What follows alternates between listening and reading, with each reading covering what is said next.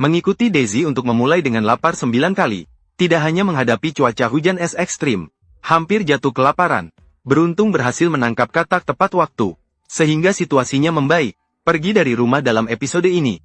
Daisy tiba di segitiga emas di utara Thailand. Tempat ini dikenal sebagai markas besar hewan pemakan darah. Salah satu lingkungan hidup paling sulit di dunia. Tantangan dimulai. Daisy dibawa ke daerah pegunungan terpencil di segitiga emas Savadika, untuk membuktikan kemampuan fisiknya kepada istrinya. Tidak ada yang perlu dipakai. Dia ditempatkan di area hutan yang cukup datar, karena cuaca panas. Mencari sumber air dan membangun tempat perlindungan menjadi kunci tantangan ini. Karena kali ini tidak membawa insting keenam, Daisy harus mencari sumber air ke arah yang berbeda.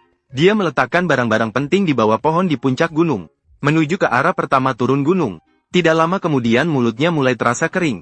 Lanjutkan perjalanan. Tak lama kemudian, Daisy menemukan pohon pisang yang tumbuh pisang. Pohon pisang sangat lunak dan kaya akan kandungan air.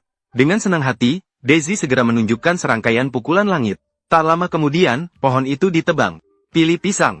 Sayangnya, pisang sudah terlalu matang dan tidak bisa dimakan. Tidak bisa dimakan. Dengan marah, Daisy segera mengupas kulit pisang untuk membuat jubah pisang. Membuat ikat pinggang dari anyaman. Tak lama kemudian, pakaian yang asal jadi selesai dibuat. Membawa 2 batang pohon kembali ke atas gunung. Perjalanan pulang yang panjang menyebabkan kehilangan banyak cairan tubuh Daisy. Setelah sampai di puncak gunung, segera memecahkan batang pohon pisang. Memeras batang pohon pisang dengan kuat. Mulai mengisi kembali cairan tubuh. Langit mulai gelap. Karena tidak punya waktu untuk membangun tempat berlindung, Daisy hanya bisa menggunakan daun untuk menutupi tubuhnya, agar tidak kehilangan cairan tubuh saat malam hari. Keesokan harinya terbangun. Deidara yang tidak makan selama 1 hari 1 malam sangat lapar.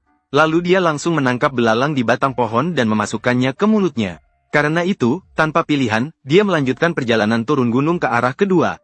Mengikuti arah kedua untuk terus mencari turun gunung. Saat semak-semak semakin lebat, Dede menentukan bahwa ada sumber air di dekatnya. Tidak lama kemudian, dia menemukan sungai kecil yang mengalir. Tanpa ragu langsung minum sampai kenyang. Dia kemudian mengikuti arus sungai ke hilir. Sampai di tepi sungai di suatu tempat yang kosong. Tempat yang sempurna untuk membangun tempat perlindungan. Deidara menemukan batu pipi tajam di tepi sungai. Mulai memotong bambu.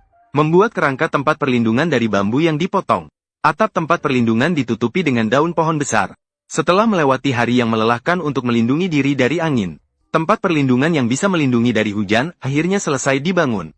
Deidara yang dikelilingi oleh keringat dan puncak gunung, langsung pergi ke tepi sungai untuk mandi. Masuk ke malam kedua dengan perasaan lapar dan nyaman. Bangun pada hari ketiga. Dengan sumber air dan tempat perlindungan, Daisy mulai mencari bahan untuk membuat api. Dia mengupas kulit bambu kering sebagai bahan untuk membuat api. Membuat lubang kecil